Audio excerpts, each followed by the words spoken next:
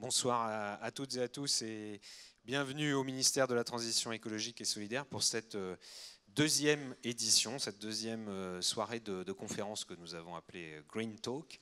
Et vous nous excuserez cet anglicisme, mais qui est là pour dire simplement que, et je le rappelle, ce soir, comme je l'avais dit lors de la première édition, que je souhaite plus que jamais inscrire la science, la connaissance scientifique, le partage de la connaissance scientifique avec le plus grand nombre au cœur de notre politique écologique.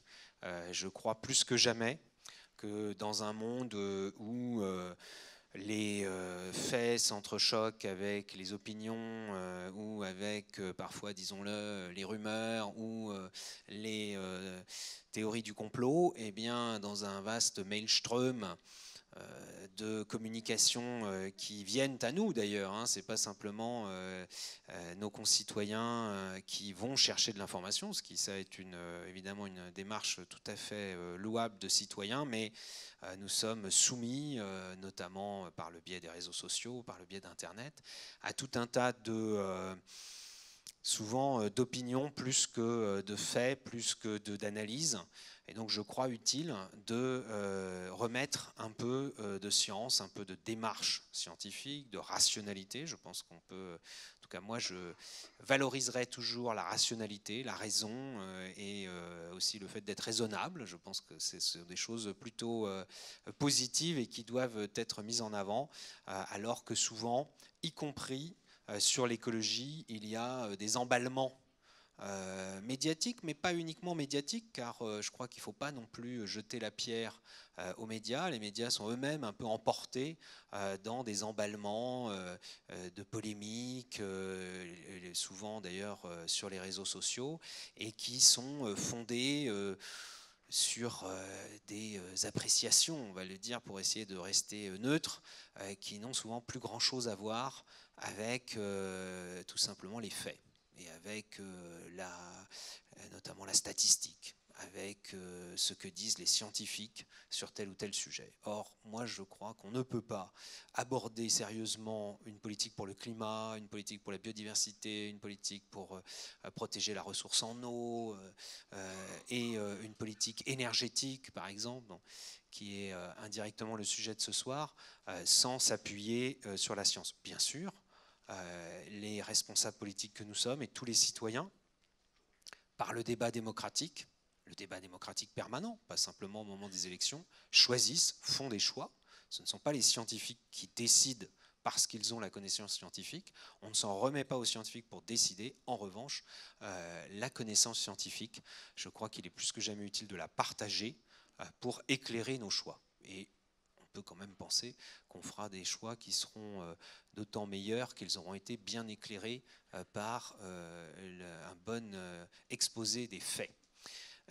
Voilà pourquoi nous organisons ces conférences et je remercie encore une fois Gilles Boeuf qui est un peu le parrain au bon sens du terme, bien sûr, il n'y a aucune mafia scientifique derrière cela, ou écologique, le parrain de ces conférences et par ailleurs, à chaque fois, nous souhaitons avoir des invités divers et variés. Et donc, je remercie particulièrement nos trois invités de ce soir, Michel Rousseau, Guillaume Pitron et Olivier Vidal. Je vous laisserai, cher Gilles, les présenter et ils se présenteront d'ailleurs sans doute eux-mêmes. Juste un petit mot sur la thématique de ce soir. Métaux rares et transition énergétique. On avait même d'ailleurs au début envisagé de reprendre l'idée de est-ce que c'est la boîte noire de la transition énergétique, mais en l'occurrence restons là aussi neutres et factuels. Métaux rares et transition énergétique. On entend, on lit, on voit beaucoup de choses sur le sujet, sans doute vous, dans des conversations avec des amis, dans votre famille, avec vos collègues de travail, en tout lieu, à toute occasion, sans doute aussi beaucoup dans des échanges sur Internet. En tout cas, moi, en tant que ministre, je peux vous dire que quasiment du premier jour où j'ai été nommé, et avant en tant que responsable politique, dans les contacts avec les citoyens, souvent, j'entends des choses qui, en effet, peuvent légitimement faire peur. à nos concitoyens. Imaginez, dans les éoliennes, il y a tel et tel métaux rares, il y a du cobalt, ou il y a d'autres métaux rares, et vous savez que pour les exploiter, c'est extrêmement polluant, ou ce sont des enfants qui exploitent ces mines, etc. Moi, je suis pour qu'on dise les choses, et donc l'enquête journalistique, le travail scientifique, il n'y a pas de tabou. S'il y a évidemment des problèmes liés à telle ou telle exploitation de telle ou telle ressource, évidemment, il n'y a aucune raison de le cacher. Je sais d'expérience, et je l'ai vécu encore il y a 2 semaines à l'Assemblée nationale dans un débat sur la loi énergie-climat, qu'évidemment certains agitent beaucoup cela, parce qu'en fait ils sont contre les éoliennes. Ce n'est pas tellement l'exploitation à l'autre bout du monde de tel ou tel métal qui les dérange, mais c'est les éoliennes soit dans leur champ de vision, soit comme alternative à d'autres modes de production d'électricité. Donc ça c'est le débat politique, ce n'est plus justement l'appréciation scientifique. C'est le cas aussi autour de la voiture électrique. Alors là, je peux vous dire que je n'ai pas pu faire une seule rencontre avec un gilet jaune plus ou moins militant, plus ou moins virulent, plus ou moins sympathique, sans qu'il me parle au bout de quelques minutes de la voiture électrique plus polluante que la voiture diesel. Voilà, le jugement est définitivement fait. Souvent d'ailleurs, on me dit, Élise Lucelle l'a dit. Moi, je trouve ça très bien qu'il y ait des émissions d'investigation à la télévision, et Madame Lucet a fait son travail. Mais à un moment donné, d'abord, je ne suis pas sûr, je n'ai pas vu cette émission en question, elle doit exister parce qu'on en a tellement souvent parlé. Mais d'abord, je ne suis pas sûr que ça ait été dit de cette façon-là, aussi réductrice. Et puis par ailleurs, moi, j'ai des études concrètes, sérieuses, qui comparent la voiture électrique avec la voiture thermique, qu'elle soit diesel ou essence, sur l'ensemble de son cycle de vie, la fabrication, le fonctionnement, et ensuite la déconstruction, recyclage, et où le bilan, évidemment, si on produit l'électricité d'une façon décarbonée, est largement positif pour la voiture électrique. Et en effet, moi, en tant que ministre, je ne chercherai pas à promouvoir une façon de se déplacer si, en fait, en réglant un problème, on en créait d'autres à échelle beaucoup plus importante. Donc c'est important, et moi j'ai dit d'ailleurs à chaque fois, redonner les éléments. Donc voilà, je prends ces 2 exemples qui sont peut-être déjà assez connus, mais il y en a plein d'autres sans doute que vous allez nous exposer ce soir, et je vous en remercie par avance.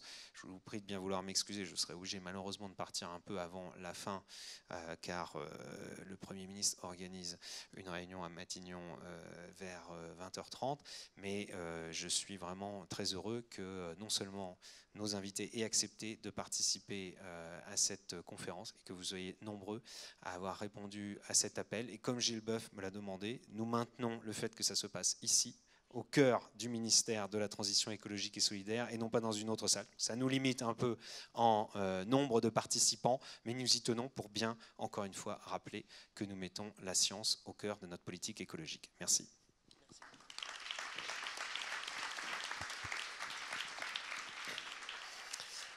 Merci beaucoup.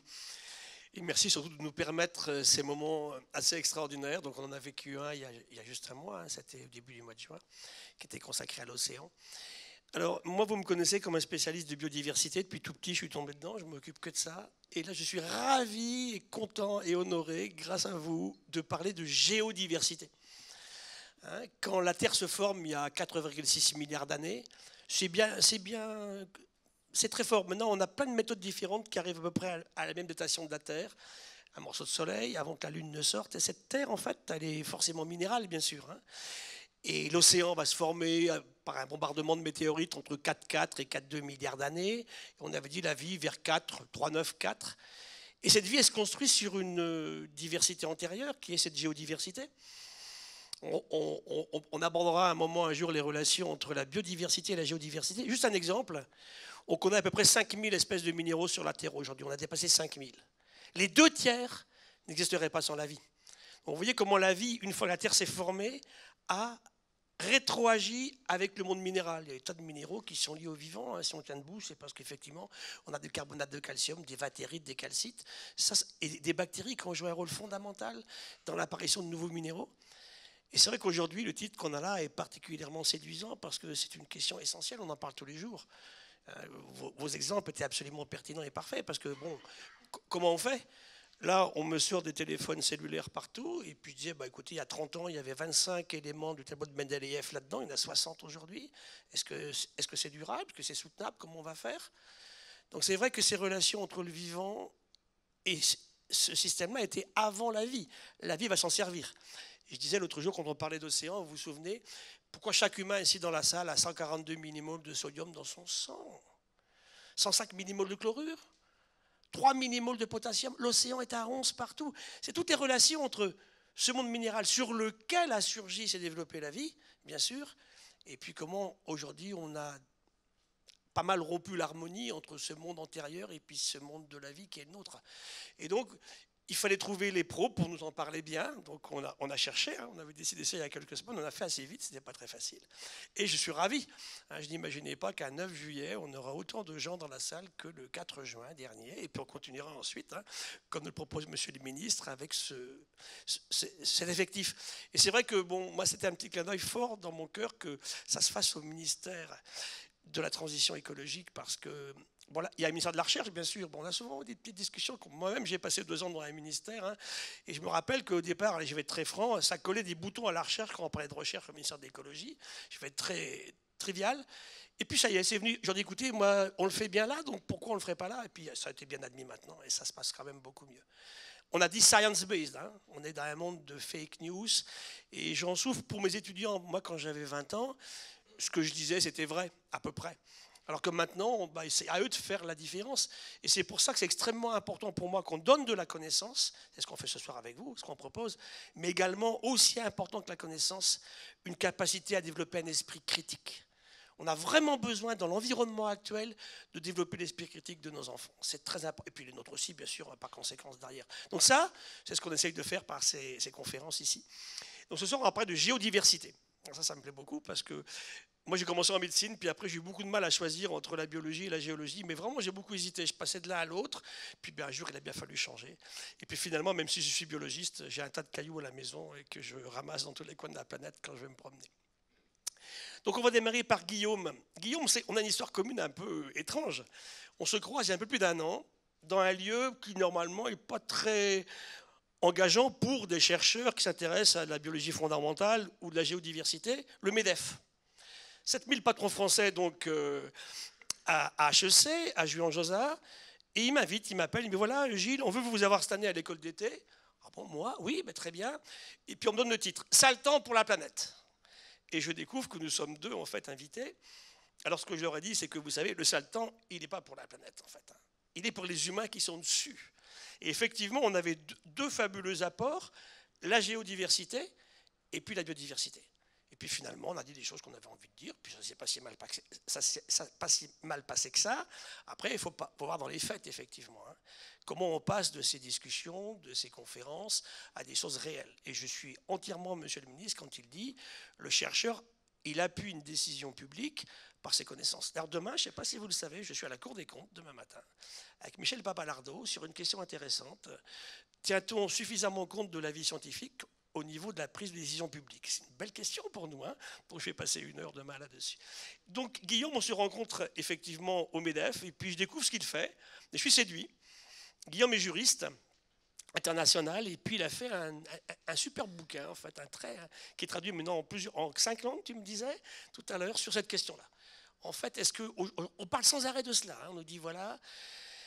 Je rentre de Nouvelle-Calédonie, là, je suis rentré vendredi dernier, et je me rends compte que dans un pays qui n'a vécu que, c'est une montagne de nickel, la Calédonie, et ce n'est pas par hasard si en Calédonie, on trouve 90% des arbres et des plantes qui sont endémiques. Il n'y a pas de lézards, il y a des geckos, il y a des cinques, des oiseaux qui n'ont pas d'ailes. Et là, on vit le choc brutal entre ce que l'humain a fait de la Calédonie, quand il la découvre, il y a 3000 ans, et l'habitat y arrive. Et cette montagne de nickel, ben, on l'exporte. Hein. On enlève des morceaux de montagne, on l'envoie vers les pays d'Asie aujourd'hui. Heureusement, il y a autre chose. Enfin, pour eux, ils me disent qu'aujourd'hui, le nickel, il n'est pas si rentable que ça. Je pense que ça va redevenir rentable. Il y a du cobalt, il y a du chrome, il y a plein de choses comme ça.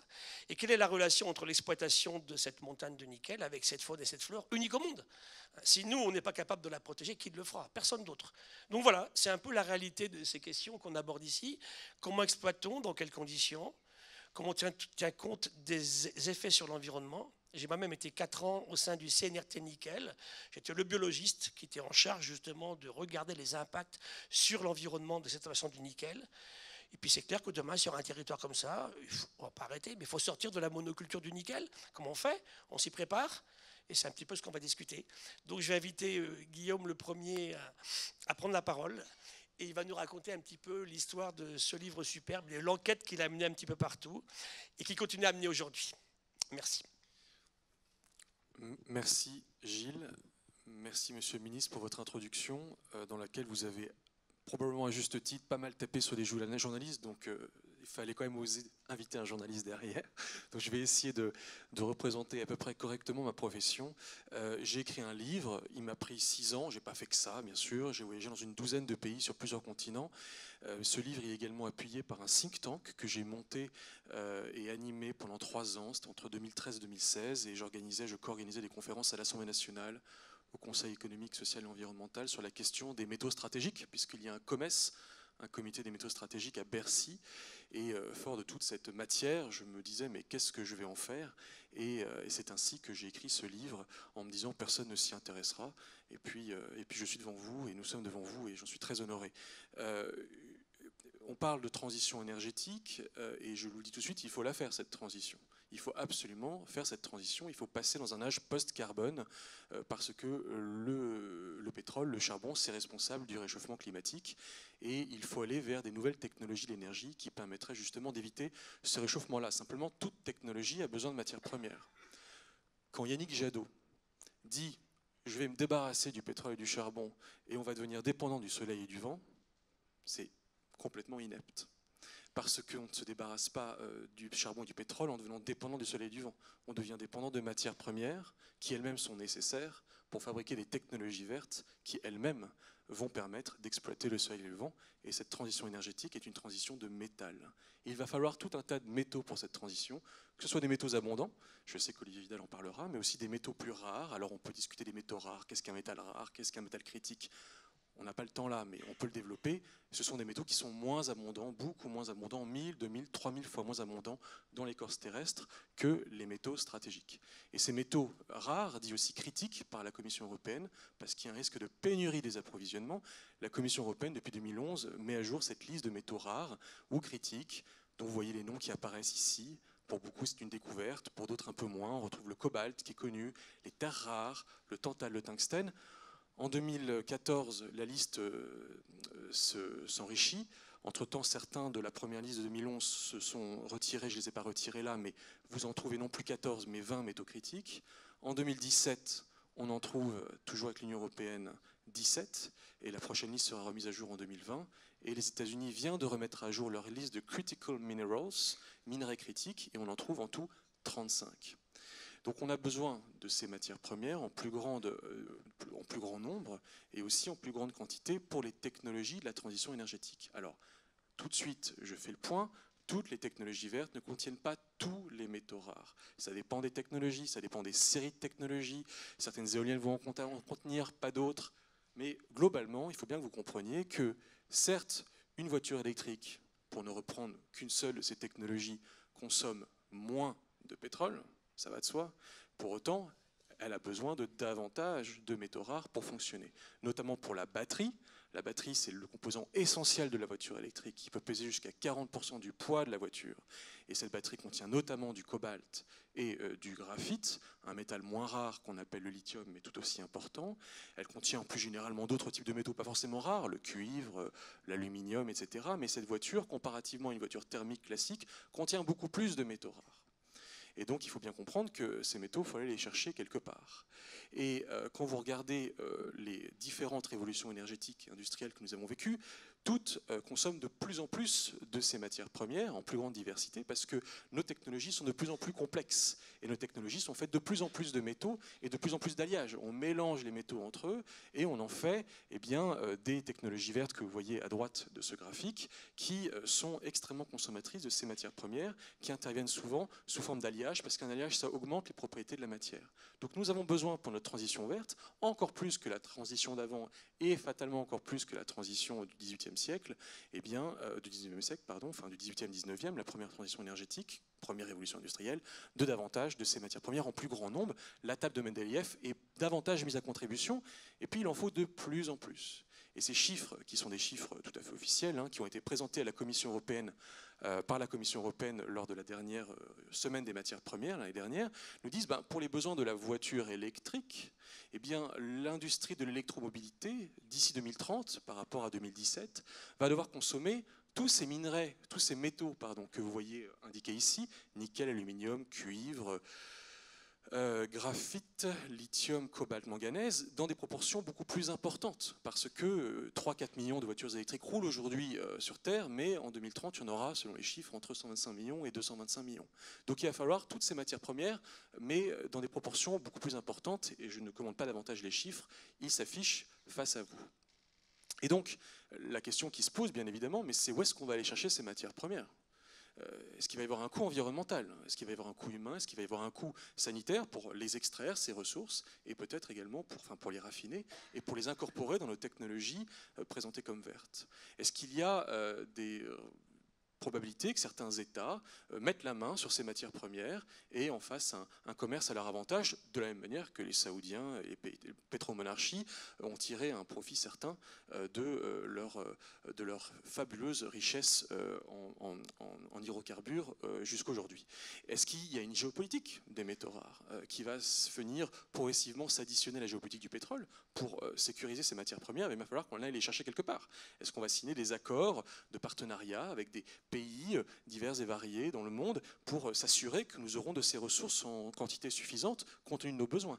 Et quand on regarde la transition énergétique sous l'angle des ressources sans lesquelles cette transition ne pourrait pas avoir lieu, et bien en fait, on se rend compte que les trois grands postulats de la transition énergétique, c'est une transition écologique qui va créer des emplois verts et qui va accoucher d'un monde peut-être plus apaisé d'un point de vue géopolitique, puisque nous aurons en part relative dans nos mix énergétiques moins besoin de pétrole. Et ces trois postulats sont fortement ébranlés.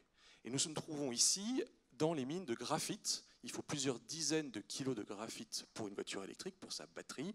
Et nous nous trouvons dans les mines de graphite survolées par le drone que j'ai envoyé au-dessus d'une mine dans la province de l'Heilongjiang. C'est au nord de la Chine. C'était en mai dernier, fin mai, début juin, et je m'y trouvais pour un tournage pour Arte qui sera diffusé en 2020 sur cette question-là. Et donc, qu'est-ce que vous avez en face de nous? On a une mine de graphite. Ça ressemble à n'importe quelle autre mine, mais il faut quand même qu'on se mette bien dans la tête que tout procède d'un trou dans le sol et que cette attaque dans le sol, elle ressemble à ça. Alors, je vous montre quelques captures d'écran qui sont des captures toujours faites au drone. Nous sommes ici sur en fait une montagne artificielle en fait qui est constituée de rebus de l'industrie de transformation du graphite. Les rebus sont directement rejetés, comme vous voyez, dans des dumps,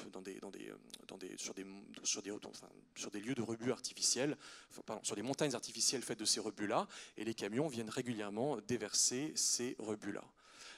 Nous avons des hommes qui travaillent complètement couverts, difficile de les approcher parce que en fait tout ce qui est filmé là est filmé quasiment de façon clandestine, parce qu'en Chine on n'aime pas trop montrer ces images-là. Eh bien vous avez des hommes complètement couverts parce qu'en fait le graphite, une fois qu'il est transformé en minerai, c'est une poudre qui en fait est une poudre assez d'ailleurs qui a un peu une texture de graisse et une odeur de beurre rance et qui vous couvre complètement les mains. Donc vous pouvez plonger votre main, vous pouvez plonger votre corps. Il y a des images sur internet de gens qui sortent torse nu d'une usine de raffinage de graphite et ils sont couverts de cette espèce de poudre. Et donc vous les avez vus sur l'image d'avant, ils sont quand même assez protégés pour éviter d'inhaler ces choses-là. Et puis vous avez ces sacs de graphite de 25 kg qui sont prêts à être livrés aux industriels chinois qui eux-mêmes les incorporeront dans vos technologies numériques et vos technologies vertes. Et donc voici un petit peu ce que je peux voir quand je suis dans les Heilongjiang. Quelques jours plus tôt, je suis dans les zones de raffinage de terres rares, parce qu'il faut également des terres rares pour la plupart des moteurs des voitures électriques. Sauf les Renault et les Tesla, il faut des terres rares pour un moteur de voiture électrique. Il faut environ 3,5 kg de terres rares dans l'aimant du moteur. Et 3,5 kg de terres rares, c'est 90 tonnes de roche que vous allez transformer pour obtenir un produit pur à 100%, mais de 3,5 kg. C'est un ratio de 90 tonnes pour 3,5 kg. Donc il faut les raffiner, ces terres rares. Et ça, ce sont les usines de raffinage de terres rares qui se trouvent en Mongolie intérieure, prises au drone également. Bon, voilà, c'est des zones industrielles. Hein. Je n'ai pas dit que c'était pire ou mieux qu'une zone autre industrielle. Je vous rappelle qu'il faut quand même ces matières premières pour faire des technologies propres. Et nous avons la ville de Baotou derrière, qui est l'une des capitales économiques de la Mongolie intérieure. L'eau est un composant important hein, du processus de raffinage. Il faut beaucoup d'eau pour raffiner ces terres rares. Les eaux sont directement rejetées dans des lacs artificiels, non étanchéifiés.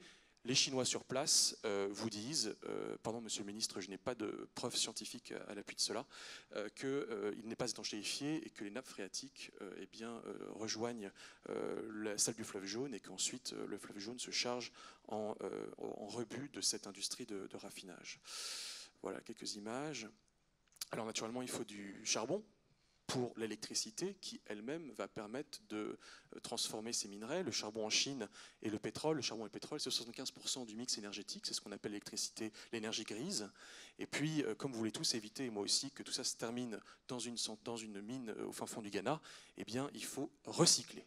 Et simplement, on ne sait pas recycler aujourd'hui ces métaux rares. En fait, on sait le faire technologiquement, mais comme ce n'est pas rentable d'un point de vue économique de raffiner ces métaux, eh bien finalement, on les broie, on les brûle, mais on ne les réutilise pas, on ne les réinclut pas dans le processus, dans les cycles d'économie circulaire.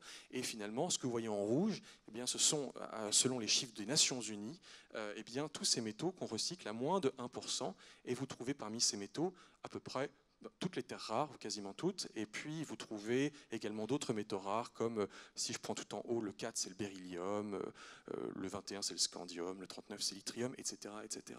Donc nous avons des technologies vertes, mais qui dépendent de matières premières qui sont sales. Nous avons des technologies renouvelables, mais qui dépendent de ressources qui ne sont pas renouvelables. Et nous avons des technologies qui sont propres, mais qui, parce qu'elles sont trop complexes, créent une difficulté supplémentaire pour qu'il y ait des boucles d'économie circulaire qui soient pérennisées. Et donc il y a un certain nombre de paradoxes dont il faut bien prendre conscience. Je précise à l'arrivée que la voiture verte pollue moins que la voiture thermique. Elle ne pollue pas plus, mais elle peut polluer autant selon le type d'électricité que vous mettez dans la recharge à la batterie. Si l'électricité vient du nucléaire en France, ça fait que la voiture électrique a un bon rendement pollue beaucoup moins qu'une voiture électrique, qu'une voiture thermique sur l'ensemble de son cycle de vie. Si en revanche vous êtes en Chine où l'électricité provient à 3/4 du charbon et du pétrole, là vous pouvez avoir une pollution qui est équivalente. Sur l'ensemble du cycle de vie, c'est des chiffres notamment de Harvard et de Tsinghua. Alors, du coup, je vous explique ça parce que nous ne le savons pas. Souvent, nous sommes un peu frappés par ces découvertes et nous essayons de comprendre comment est-ce que nous n'avons jamais vu ça au JT. Comment ça se fait qu'à la une d'un grand journal du soir, on n'ait jamais vu ces informations-là. Et si nous ne le savons pas, mais c'est parce que les mines ne sont pas chez nous, messieurs, dames. Nous avons, depuis belle lurette, 30 ans, fermé toutes nos mines. Nous avons quelques carrières, mais plus de mines. Pourquoi nous n'avons plus de mines? Mais parce que nous n'en voulons pas. Nous n'en voulions pas aux États-Unis où le groupe Molycorp, jusque dans les années 80-90, extrayait cette terre rare pour le reste du monde, mais c'était trop sale. Molycorp ferme la mine de Mountain Pass, et puis advienne que pourra. Et puis après, il fallait les raffiner, ces terres rares. Et qui les raffinait? Eh bien, c'était les Français. Et les Français étaient les leaders du raffinage mondial, leaders mondiaux du raffinage de terres rares dans les années 80 jusque dans les années 80-90. C'était Rhône Poulenc puis Rhodia qui faisaient 50% du raffinage de ces terres rares, mais simplement c'était également trop sale et ça posait des tas de problèmes sociaux. Et Rhône Poulenc, qui était d'ailleurs, je précise parce que je suis ici pour le dire, clin d'œil, qui était le sponsor de l'émission Ushuaïa que je regardais religieusement le samedi soir dans les années 80, Rhône Poulenc finit par fermer une bonne partie de ses activités de raffinage de terres rares. Elles existent toujours, mais dans des proportions moindres. Simplement, il fallait toujours ces terres rares et ces métaux rares pour notre transition énergétique et notre future évolution numérique. Et ce n'est pas parce qu'on a fermé nos mines que nous allions nous en passer pour autant. Et c'est à ce moment-là que les Chinois ont dit: on a ces réserves, on n'a pas toutes les réserves, mais on a ces réserves, on va assumer cette production à votre place, vous les Occidentaux. Pour vous, c'est sale, mais nous, nos réglementations environnementales étant ce qu'elles sont, c'est-à-dire à l'époque à peu près nulles, eh bien ne vous inquiétez pas, ce n'est pas un problème pour vous. Nous allons juste vous demander de transférer votre production et votre raffinage de ces terres rares et de tous les autres métaux rares qui auraient pu être tout à fait extraits chez vous en Europe ou ailleurs dans les pays de l'OCDE vers nous. Nous nous s'allierons pour vous produire ces terres rares à un coût bien moindre, mais le marché naturellement tire les coûts vers le bas, et vous pourrez racheter ces métaux purifiés, les mettre dans les technologies vertes et dire que nous sommes propres. Et donc je provoque un peu en vous disant que le monde s'est divisé de la sorte entre ceux qui sont sales et ceux qui font semblant d'être propres. Naturellement, je vais y revenir, il faut la faire, cette transition. Mais il va quand même y avoir des conditions et qui vont toucher notamment la question de savoir où est-ce qu'on va chercher ces matières pour que nous puissions faire une transition énergétique qui soit une transition vertueuse.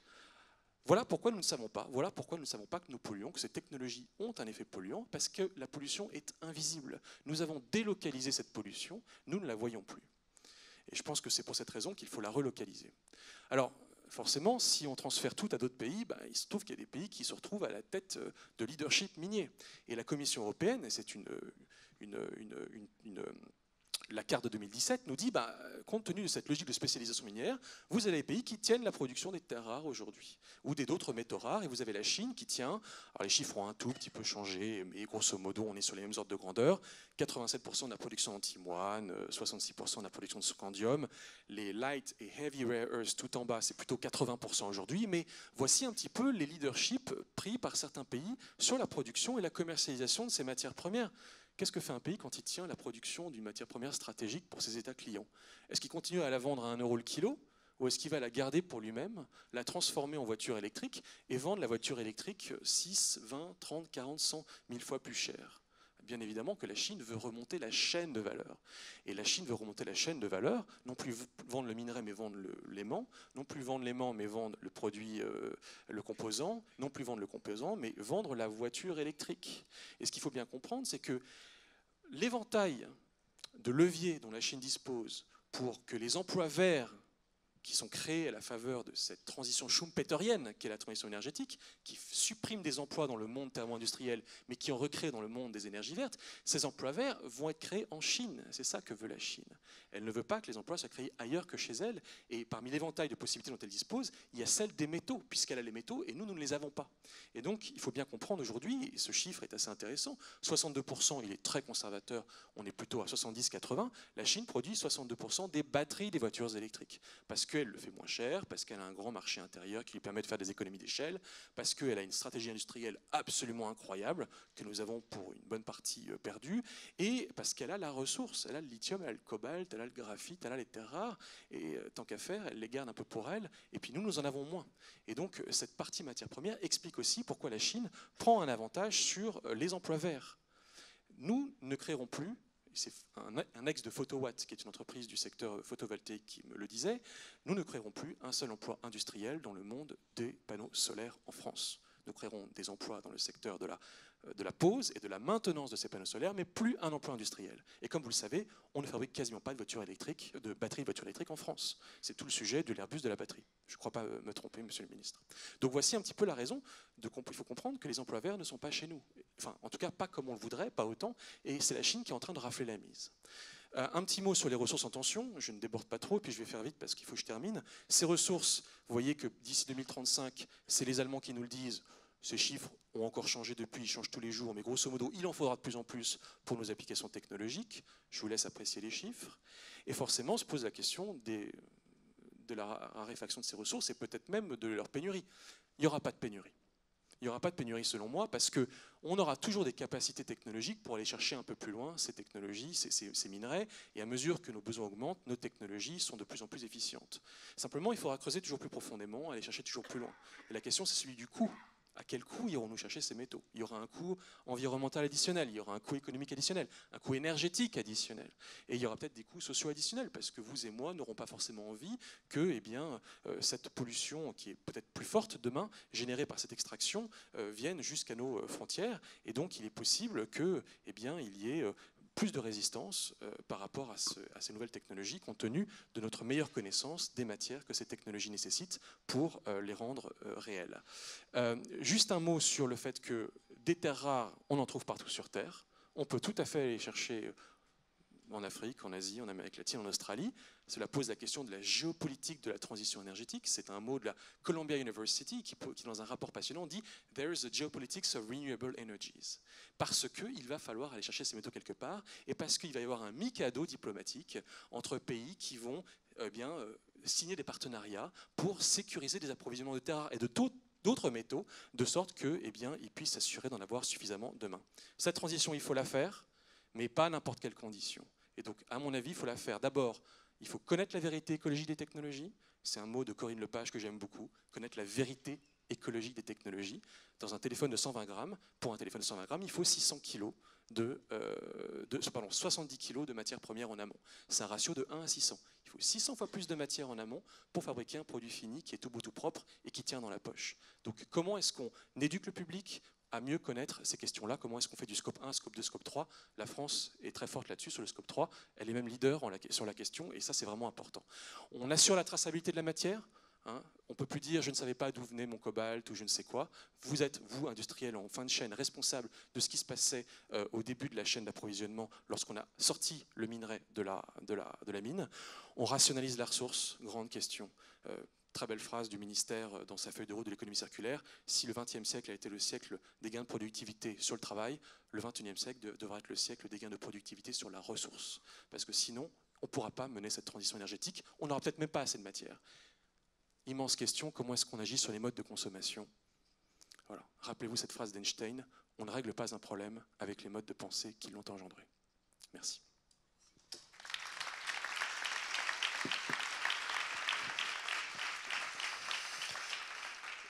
Merci beaucoup, Guillaume. On prendra les questions à la fin